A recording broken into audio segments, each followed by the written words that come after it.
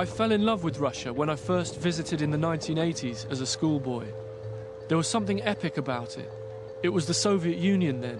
Its government claimed to be leading humanity to a brighter future where all people would be equal. The changes since the fall of communism have been equally epic. Today, Moscow has more billionaires than any other city on the planet. But just as Russia seems to be catching its breath after all those changes, it turns out it's facing a hidden crisis. In the first 6 months of 2005, Russia's population fell by 500,000. According to the government's own statistics, by 2050, it could lose up to half of its people. The trouble is that Russia combines a developed world birth rate with a third world mortality rate. Life expectancy here is 56 for men, which is the same as Bosnia or Bangladesh. And the rise in mortality here over the last 10 years is unprecedented in a developed country. It's as though the country is at war.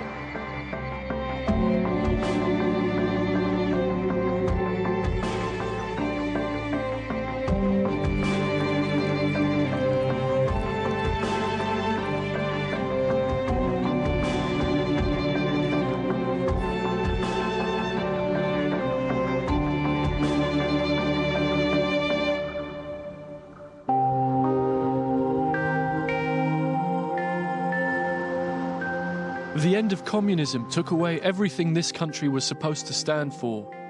Now a new nation is emerging. I wanted to see if I could find out what kind of place it's becoming and why its people are dying in such numbers. My search took me through Russia's least reported territories to see what's become of its citizens. My name is Boris Dobryakov. Welcome, Иваново. Мы текстильный град. Нас называли русский Манчестер. When communism collapsed, it hit places like Ivanovo particularly hard. The central planners had decreed that this would be the textile centre of the whole Soviet Union. Now half the mills are closed, and 2/3 of the population live on less than £60 a month. The plan was that by brutalising the economy in this way, from 1991 onwards, having economic reform, throwing people out of work, that a Darwinian process would occur where the economically fittest would survive. Gradually, economic success would spread through the country and re-employ all the people who've been thrown out of work. Well, it's 15 years later, Poland's now a member of the EU. And where's Russia? This place looks like it looks like a bomb hit it in 1991 and everyone went away.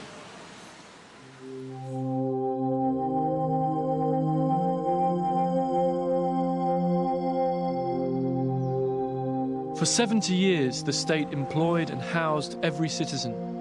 It may not have provided freedom, but it offered its people a sense of direction. Сынок, у нас раньше войны не было, сейчас бомб. Помойку идут и спят в помойке. Правильно я говорю? Правильно я говорю? Я дам адрес. Вот приезжайте на 10-ю санаторную и посмотрите, что делается с помойками. Это ходят табунами при демократии. Most Russian people had become pretty skeptical about the promises of communism by the time it ended. But after 1991, tens of millions were abandoned to the most brutal effects of the free market. Astonishingly, the average life expectancy for a Russian man dropped by 7 years.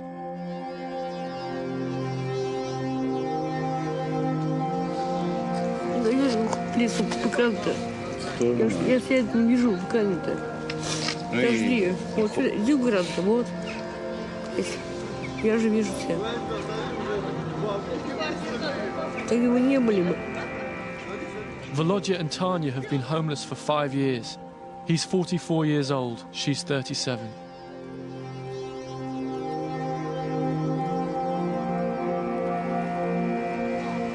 До этого работал официанткой. Ну, это же в прошлом. Потом все спилась, честно сказать. Потому что он пил. А он Володя, почему вы? Что ты все на меня это? Не надо. Говори правду, говори правду. But the root of the demographic crisis is not just the fact that people are dying. It's also that Russians aren't having enough children. Last year, President Putin came to Ivanovo to open a brand new maternity hospital and admitted that the demographic crisis was threatening the survival of the nation. The government's even resorted to offering people extra benefits to encourage them to have big families, an old Soviet tactic. The birth rate's barely half what it needs to be to keep the population stable. And that's only part of the problem. Каждый второй рождается заболевшим, то есть имеет диагноз болезни при рождении. Я поражен, это очень страшно. А в этом центре много больше, потому что здесь рожают только больные женщины. И понятно, что они рожают нездоровых детей. Нет, вот это у нас отказные дети. Как? Отказные. Матери, от которых отказались. Really? Отказались? Times have been too hard for many Russians to start a family. Abortions outnumber live births. And thanks to ill health, 10 million Russians are infertile. Если говорить по женщинам, то здесь это инфекция, а во многом это проблемы планирования семьи. Согласны? То есть это непланируемые и нежелательные беременности, это аборты. Это раннее начало половой жизни. Мы вообще говорим, что у нас проблемы со здоровьем населения России. Почему сейчас президент и говорит приоритет здравоохранения? Так нельзя. Здоровье, особенно родившихся детей.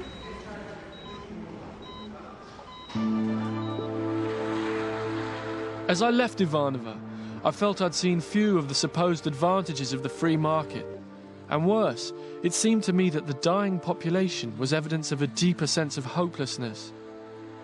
I wondered what had happened, that people had grown reluctant to have children, and some even seemed to have lost the will to survive.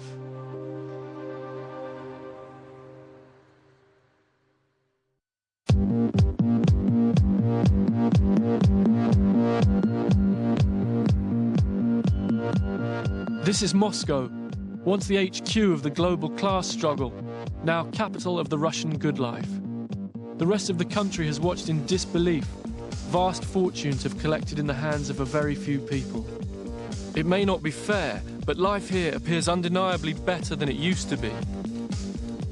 Vladimir Parnin is one of the success stories.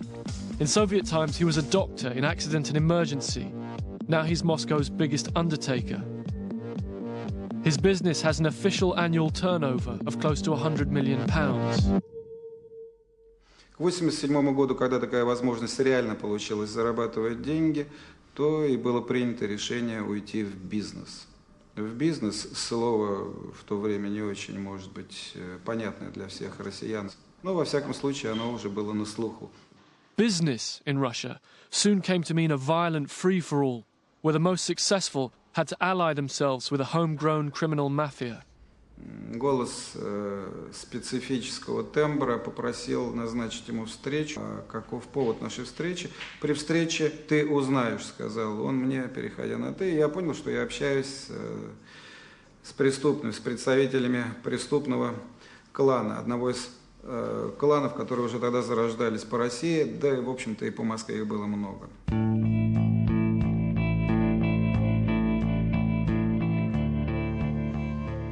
Funeral business, weirdly enough, you wouldn't think it, but it's rife with criminality. In fact, it unofficially shares third place with sex trafficking, just behind the arms trade and drug trafficking. Last year, Panin's bodyguard and his driver were killed and his car was shot up. So, you know, the rewards are huge, but the risks are equally huge. Это были и смерти, это были и пытки, это были и утюги, раскаленные утюги, которые приставлялись к телу. Это были и паяльники, все, что угодно было, чтобы застращать, чтобы подмять под себя, чтобы получить деньги с новых кооператоров. Сказать, что мы не платили деньги, что мы не испугались, этого не могу. Испуг был, потому что у нас не было еще иной поддержки. Обращаться в правоохранительные органы, в милиции было себе дороже. Милиция в те времена была достаточно коррумпирована. It's said that there are profits to be made from And this is hard to believe, but from selling body parts, that there's a brisk trade in eyes and in skeletons.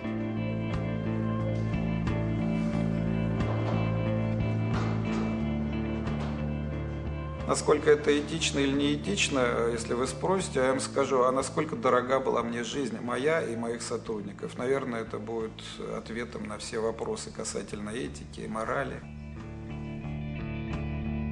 There seems to be a kind of eternal Russian way of doing things which still obtains, you know, that, and the more you hear about it,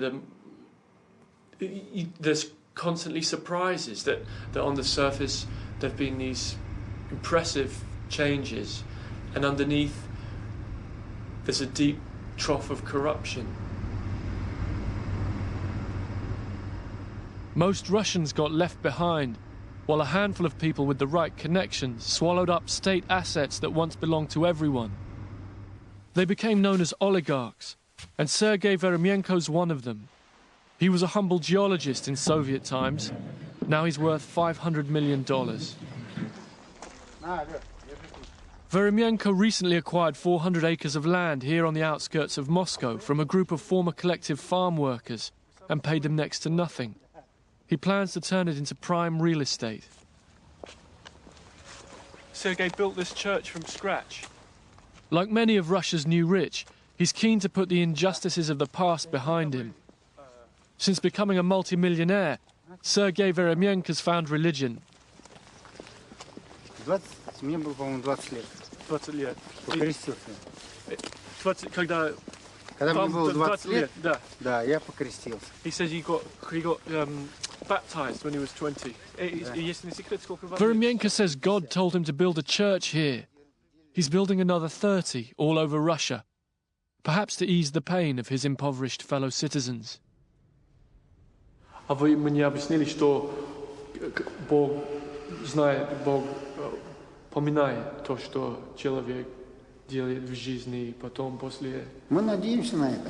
Думаем, что это так. Да, ибо, конечно, вера только в этом утверждается. Сергей Алексеевич, в первую очередь, это же все храмы, это все для народа, правильно? Это в первую очередь подарок народу. Здесь ворота открыты для всех. У кого есть желание, пожалуйста, придут, молиться и все смотрят. I then learned that Veremenko has plans to use this land to make him even more money. He wants to turn these fields into a golf course and build a marina for rich people like him. But there are others who have lived here for years who are standing in the way of the project. Andrei Smirnov was an officer in the Russian Navy. Now he's an interpreter for foreign businessmen. He owns a summer house on the lake here, and Veremenko wants to get rid of it. What we observe even in the neighborhood is the people who have one way or another got hold of the land. They're now getting positions in the local administration. So they're the power, they're the authorities, and they've got the land.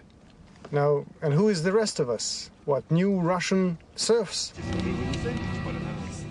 Shortly after Veremenko bought the land here, Smirnov and his neighbours were told that their homes were illegal and ordered to demolish them. They began fighting the decision in the courts when suddenly they were raided by the anti-terrorist police. Smirnov's brother-in-law filmed this. И вот взлетает вертолет Еременко. 2 houses were demolished. Men and women were handcuffed and beaten.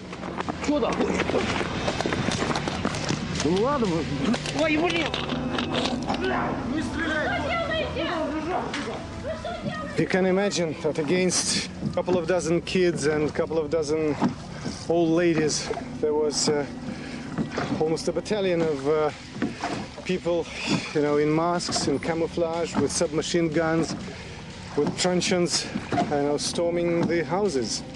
A raid like this would have been appropriate against, you know, terrorists or, you know, gangsters, but not against peaceful citizens. When the footage was shown on TV, it seemed to confirm people's worst suspicions, that the state was aligning itself with the rich and powerful against Russia's ordinary citizens. In the 90s, one had to be utterly unscrupulous and very fast. Whereas now it's changed. One really has to be in power, one of the ranks of power. One has to be a bureaucrat to really feel safe about his acquired wealth or to amass new wealth. Сергей Веременко, 48 лет, русский, кандидат в президенты Республики Башкортостан. Известный бизнесмен, представитель президента в экономическом... The new rich are attempting to turn themselves into politicians. Veremenko recently ran for control over a whole Russian region. After the first round of voting, Veremenko looked set to defeat his opponent. По северу, по востоку там я побеждаю, поэтому со значительным перевесом. Там уравнивается. Но должен быть второй тур, конечно, там. А для него это смерть. But at the last minute, President Putin openly backed the other candidate. And Veremenko discovered the new limits of what money can buy in today's Russia. Олигарх Веременко хоть и вышел, но сразу после этого становиться президентом Башкирии расхотел. Повесил на двери штаба замок и уехал в Москву. Уже оттуда он призвал тех, кто за него голосовал, больше этого не делать. Ничего похожего мировая избирательная практика, похоже, еще не знала. Не хочу скрывать от своих избирателей, сейчас ведутся активные консультации о моей работе, что не дает мне возможности работать в республике. Именно поэтому я принял решение приостановить свою кампанию. We were told that just before making this statement, Veremenko was hauled in before Putin and told to withdraw from the election. Veremenko's aides say that Putin had threatened to send him to prison. This is what Putin calls managed democracy. And Veremenko... И как много ответственности? Ну, много ответственности, конечно, но помимо того, что мы же здесь вот эту духовную, да, сторону поднимаем в районе, а помимо духовной стороны есть еще и материальная, социальная, да, сторона. Вы всегда интересовались политикой? Всегда год назад начала, и уже целый год интересуется. She said she got interested a year ago, and now she's been interested for a whole year. И 23 года. А самый молодой глава администрации, самый молодой, наверное, в России, в Московской области точно. В России. В России. Самый молодой. Самая молодая. Самая молодая, да. Ну, народ доверился, народ избрал. Конечно. И поэтому будем стараться, будем работать. Поздравляю. Спасибо. Да. Видите, как хорошо. President Putin is once again centralizing power in the Kremlin. Oligarchs have been reined in, some even imprisoned. Democratically elected governors have been deposed. TV stations and newspapers brought under control. Surprisingly, for a man who says he's a reformer, President Putin has described the collapse of the Soviet Union as the greatest social catastrophe of the 20th century. He's determined to restore a sense of national pride, to fill the hole left by the end of communism. Слава России! Ура! It appears that many of the new generation, too young actually to have experienced life under communism, have responded to his call. Nashi is a pro-Putin youth movement set up to restore a sense of national purpose and denounce the president's enemies. Наша так называемая оппозиция, если говорить про так называемую демократическую и либеральную часть, они готовы пожертвовать целостностью страны ради своих демократических идей. Демократия очень важна, но не в угоду целостности государства. В 1999 году очень многие сомневались, что Россия до 2002 доживет целой. Она дожила и продолжает существовать. На Западе многие сомневаются, что Путин идет путем демократизации. Мне не кажется, что его политика – это уход в авторитаризм. Вы просто заболеете за правительство? Нет. У меня очень много претензий к правительству. Мы болеем за страну. Я думаю, что Россия сейчас в опасности. И мы делаем все, чтобы ее от этой опасности оградить и вывести на более высокий уровень. What is the danger? Какая опасность? В чем опасность? Опасность с разных сторон. Опасность развала, потому что страна очень большая. И как произошло с СССР в 1991 году, то же самое всегда может произойти и в России. Russia's new patriotism is meant to keep the country together, but it seems to be having the opposite effect.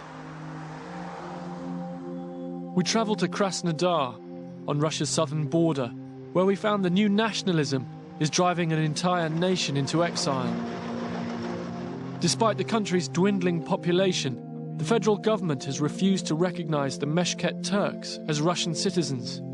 Soon there won't be any left. I'd been invited to a party being held by a Meshket who was leaving the next day for Buffalo, New York.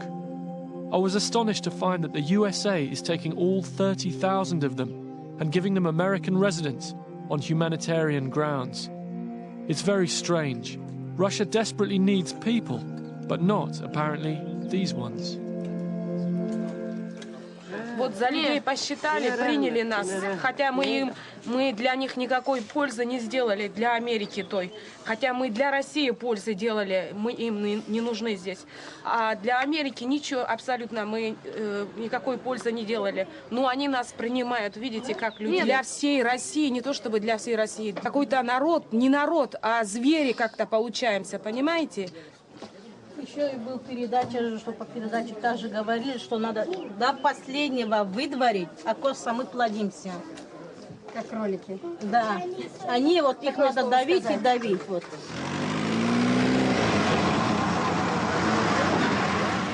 Our conversation with the women was interrupted when some men in uniforms suddenly arrived. They said they'd been looking for us all over town and that we were in serious trouble. They wanted to see me and the producer outside. Krasnodar was a dangerous place, they said, and we needed their protection. And filming with the Turks was not allowed. Так, уберите вот эту камеру. Баллон, убирать камеру. Он давно все убрал. Уберите, не пускайте его. Да. Передайте вашему господину, чтобы он... А что, я не понял, мы как вам обидели? Не обидели. А в чем дело тогда? Мне кажется, что... Ты лично на меня обижаешься. У них есть свой план, они сейчас хотели снимать У вас людей, нет которые... плана, у вас уже нет плана. It's really nasty, this, isn't it?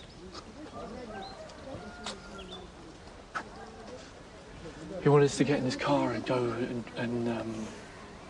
go somewhere unspecified with him. They said they were Cossacks, and from now on we had to do what they wanted. They told us the last journalists who refused their protection disappeared. They were found days later, decapitated, and left by the roadside.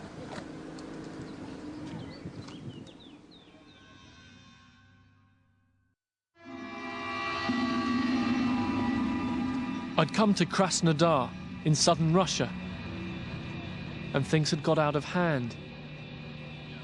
We'd been kidnapped by a Cossack called Victor. It might not be that smart. We didn't know what he was going to do to us, and I was petrified.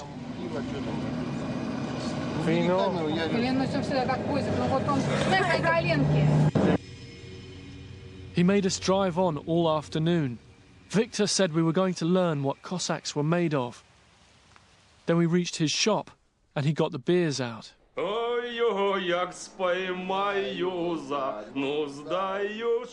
He wanted us to drink with him and his henchmen and sing Cossack songs. It was like being cornered by the local nutters in the pub.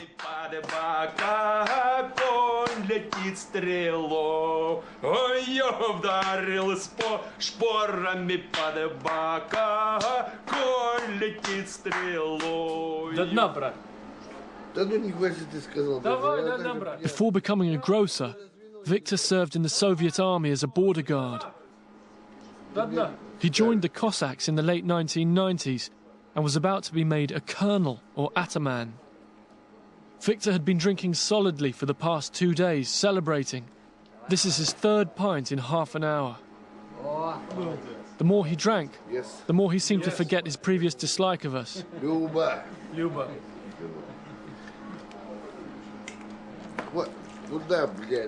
It felt like we were beginning to get the upper hand. We can take it. Okay. I'm very comfortable here. I feel very comfortable with you. I don't know. I want to tell you all my secrets.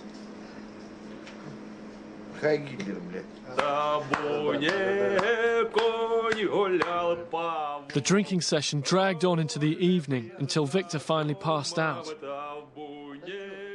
But the next morning he was there waiting for us. So we went to the local Cossack headquarters to try to get him off our backs. Victor's boss insisted that we drink some moonshine.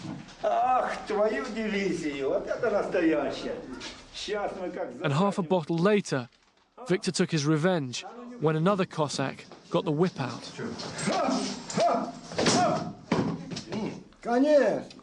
Пусть попробует. Сам и скажет вам. He wants me to be whipped, but I'm not, I'm not going to be whipped. My religion forbids it. My religion forbids it. Моя религия это отказывает.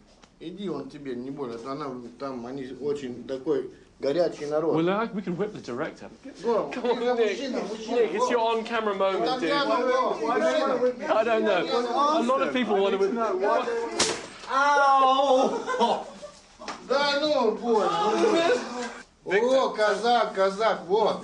That was horrible. You just ripped the director. I can't fucking believe it. Хотел обмануть хотел Петра Первого. И взял вина взял слабенького.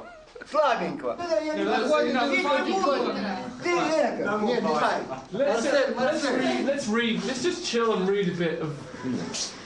Марсель уже бухой. I'm enough of the violence, man. Let's just read a book. Let's just read to each other. Mein Kampf. So last night, Victor said that he'd personally captured 2 Turks who'd raped a local Russian woman. And he captured them without the knowledge of the local police. And he was going to deal with them in his own way, i.e. give them a good beating, which he would supervise. So that was our introduction to Krasnodar. That same day, we filmed Victor's church blessing, as he was officially made an ataman. From now on, he'd have hundreds of paramilitaries under his command. Во славу и процветание казачества.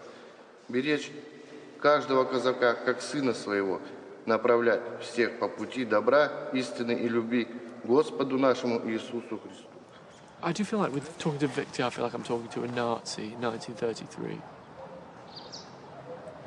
He's a self-avowed kind of Russian supremacist. He hates blacks, he hates these Turks who've wound up on his territory. And in most, if you met him in a pub in London, you'd just think he was a sort of laughable racist. He's got a uniform and a gun. How terrifying is that?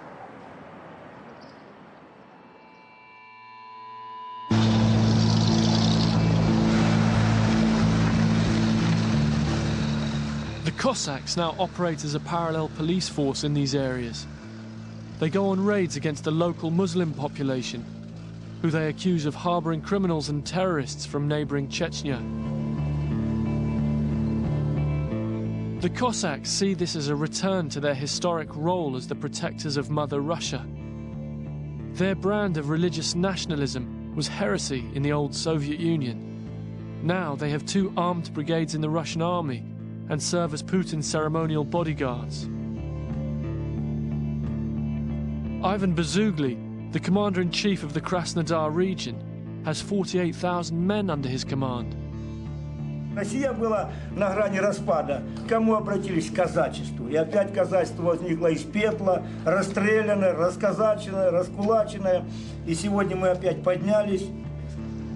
Казачество сформировал 2 казачьих боеспособных полка. Оборонять и охранять наши станицы, города, хутора. Известно как. Сегодня также живем в дружбе со всеми национальностями Северного Кавказа. Хотя есть у нас проблема была, и сегодня еще остается с нашими, так сказать, друзьями, которые сюда заехали. Хотя им тут делать нечего было, мы их сюда не приглашали, турок-месхетинцев. Они тут насиловали наших женщин, они насиловали наших детей, в том числе и мальчиков, что на Кубани никогда в казачестве это не было такого. Они размножаются, не дай бог. Вот я специально пошел в роддом. Из 10 человек 1-2 русских. Остальные все турки, там, другие национальности. От этого не уйдешь. От этого не идешь, если оно уменьшается. Если русский народ вымирает сегодня. Finally, we escaped the attentions of the Cossacks and secretly went back to see the Meshket Turks. They first came here as refugees in the 1990s when the Soviet Union broke up, but the authorities in Krasnodar didn't want them. Jobs are denied to them, and they found it harder and harder to survive. Наш участковый приехал, сказали, если телевидение придет, нас позовите. Соберитесь быстро, чтобы вас не видели. Нам неприятно говорить. Пускай видит. И так очень. Кто они, которые так? Участковой русский здесь, местные. Местные? Да, люди нам в формах? Да, люди в формах, да. Торговать не дают нам, жить нормально не дают, да, сразу приходят, штраф, давайте платите, нельзя торговать. Да.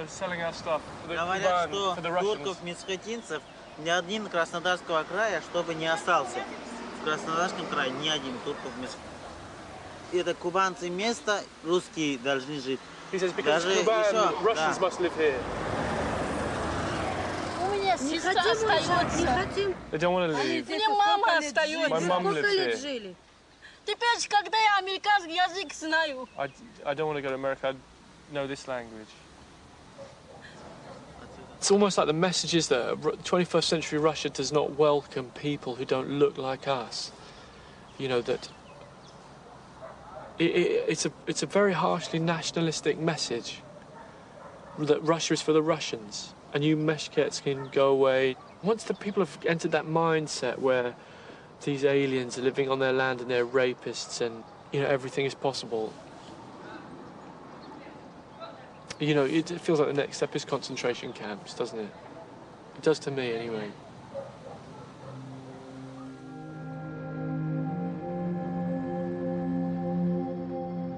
I left Krasnodar feeling that it was more like Germany in the 1930s than the Russia I expected to see in 2005. My journey then took me from the southern borders to Siberia, Russia's vast geographical heart.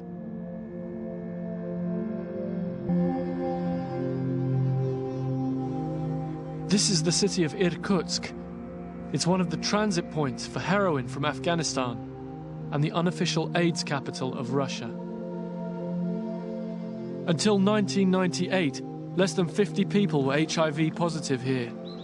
Then in the spring of 1999, doctors started diagnosing dozens of new cases every day. Now they count the infected in thousands. Andrei Artemenko was one of the first to be tested. А какая реакция у тебя была, когда ты узнал, что ВИЧ позитивный? Такая двоякая. С одной стороны страх, растерянность и боль.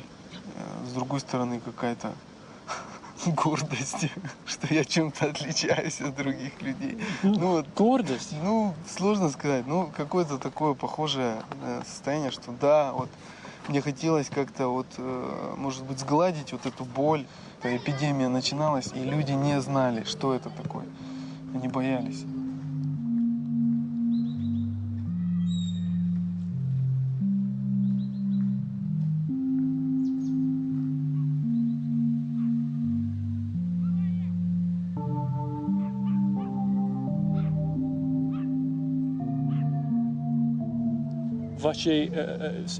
В твоих друзей сколько примерно? Ну, какие из проценты? моего, я могу сказать, что из 25 человек из класса пятеро стали наркоманами. И еще 10 стали алкоголиками. 10? Да. Вау. Это я могу однозначно сказать.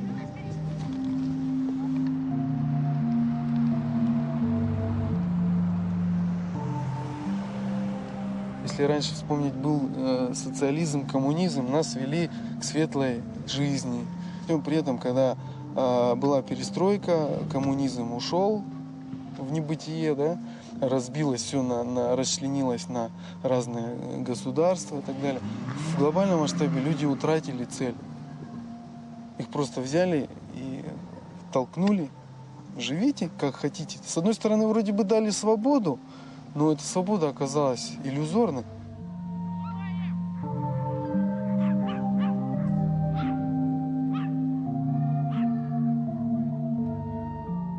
И что делает правительство, чтобы помочь тех, которые ВИЧ-позитивные? Я не знаю, что делает правительство. Видимо, оно ничего не делает. Они не видят ее вот с этой стороны, как видят ее люди, живущие с ВИЧ-СПИДом, как видят ее представители некоммерческого сектора, потому что они как бы варятся в этом соку, они варятся в этой проблеме. И чаще всего деньги уходят просто в трубу. Andrei now does yoga in the hope that it will help prolong his life. But if he doesn't get any proper treatment, he's unlikely to survive much longer.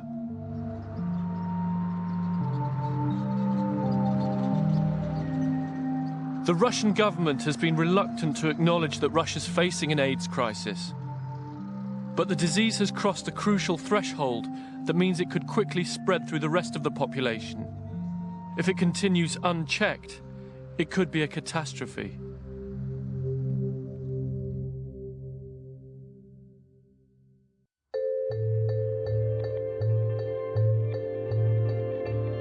AIDS has entered Russia's bloodstream and is set to become an epidemic. This is a drug rehab center on the outskirts of Irkutsk in Siberia, where the disease has reached critical levels.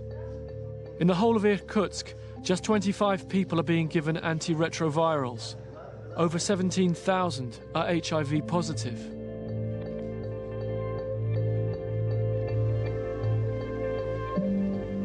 По официальным данным, 1 из 15-18 молодых людей ВИЧ-инфицирован. А если говорить о реальных цифрах, то я думаю, что это где-то 1 из 5.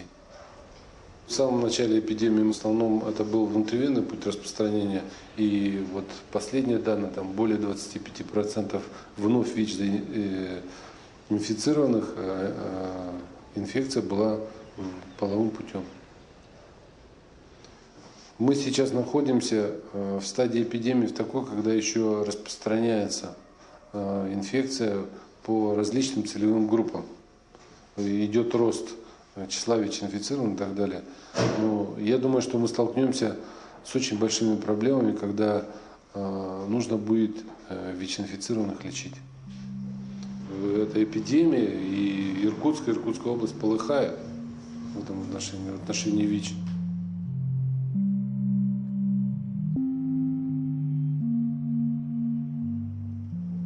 The first official AIDS case in the Soviet Union was in 1988. It was reported in the papers, and they made it very clear that the woman was a Leningrad prostitute and stressed the number of her foreign African clients.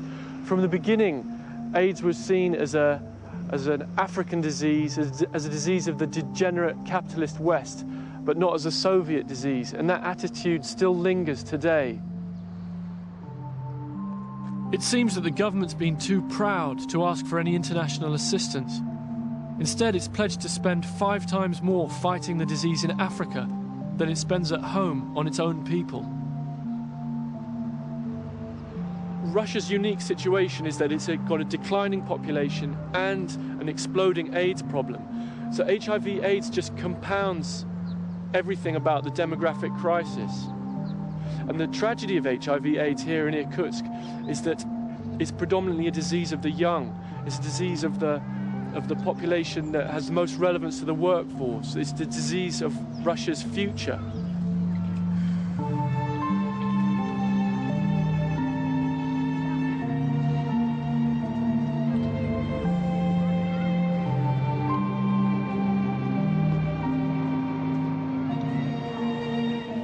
If nothing will done, about 15 million people will die in nearest 25 years.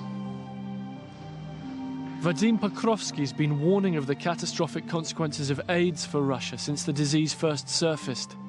He's been in charge of the AIDS program since Soviet times. but been left powerless to prevent its spread.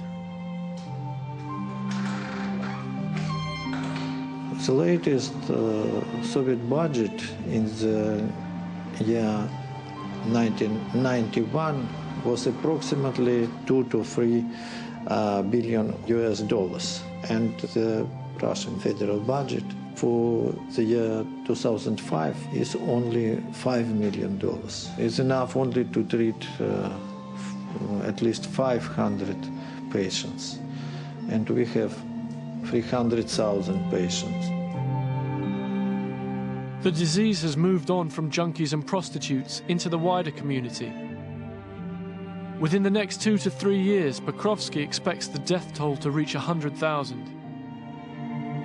You've been warning about HIV/AIDS for 15 years. You've been telling people that it's a huge problem. The problem now is worse than it's ever been, and it's set to get even worse. The problem is psychological, because at the moment in Russia, only several thousand people had died because of HIV infection. Only when 100,000 people will die, everybody will understand that it is a real danger for Russia. According to the World Bank's most optimistic estimates, Russia will have 250,000 AIDS deaths a year by 2020. Well, Russia's facing a calamity. Nowhere in the world is there an AIDS crisis of this magnitude in a population that's already declining. And yet, for the first time since the fall of communism, the Russian government's got the means to do something about it. At the moment, there are a lot of money in Russian budget because of the high prices of oil. And of course, it is possible to find several billion of rubles for this particular purpose. Russia's vast mineral wealth has provided Putin with $38 billion to invest in the country. Its oil reserves are rumoured to be the largest outside of Saudi Arabia, and it has 1/5 of the world's natural gas. Russia's natural resources are giving it renewed political leverage as the world becomes dependent on it for its energy needs.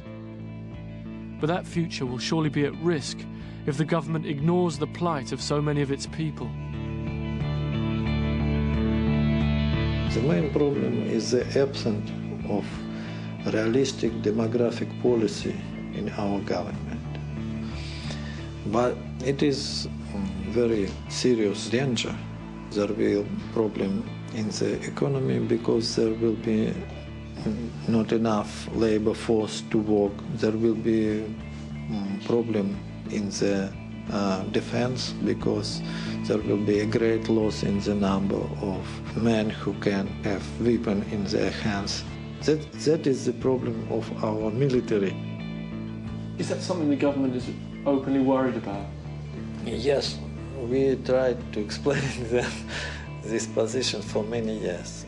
And do you think now they started to... I hope it is so. The implications for the security of the country are beginning to hit home. This year, a Russian general complained that just 11% of conscripts were healthy enough for military duty. Вернулся домой, а там работы нет, все пьют, жить на пенсию матери. Ну и решил пойти контрактником. Now, for the first time in its history, the Russian army is having to pay people to join up. A weak Russia, a Russia of declining population, might become an unstable Russia. You know, it needs a certain number of people to run its army, to keep its nuclear power plants ticking over, to manage its various industries. It's hard to imagine how it will exist if it fails to produce enough people to just reproduce the population that it takes to keep the country going.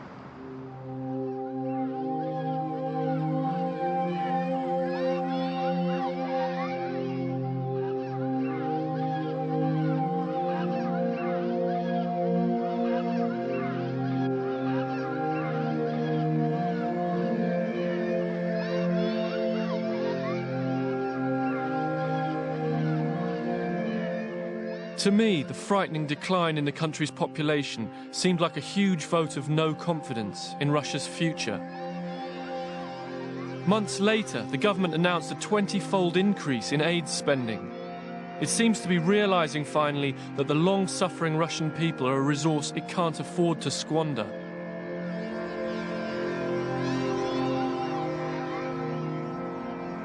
Are you personally confident that Russia will even survive into the next century? Probably Russia will survive, but the question is what there will be population of Russia and what was the territory of Russia. And we know a lot of examples from the history when the low birth rate comes to destruction of great powers. At the end of this journey, I understood that Russia is in an extraordinary state of flux. And it strikes me that the next few years are critical for Russia's future. I hope the government will use its new wealth wisely, not to chase the old epic dreams of empire, but for the mundane and vastly more important task of taking care of its people.